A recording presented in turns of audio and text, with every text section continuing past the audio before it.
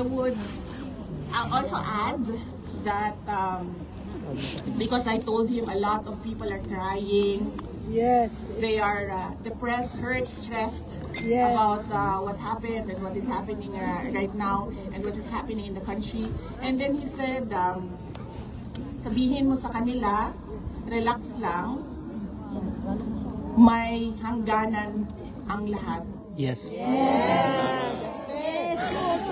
So I'm remembering this from kasi I cannot take notes, I cannot take a ball pen and pen. So sabihin mo sa kanila, relax lang, may hangganan ng lahat.